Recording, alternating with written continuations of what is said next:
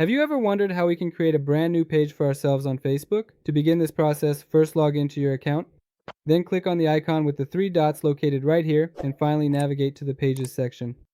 Click on the Pages section and here select the Create Page option. If you're using your mobile, it will suggest that you open the app and create a page using the application. You can also switch to desktop mode and using the same method, click on the Pages option again, and in this section you can select Create Page. Well, you can start by completing your personal page information in full detail. Go ahead and set a unique name and a comprehensive biography for yourself. Once you have carefully filled out all of your specific page details, you can easily save everything with one click. It is very important to be sure to pay close attention in this particular section to select exactly which category your page belongs to and then simply choose it right there from the list. Then click on the Create Page option and your page will be successfully created. Now you can change its profile and add more information to your page.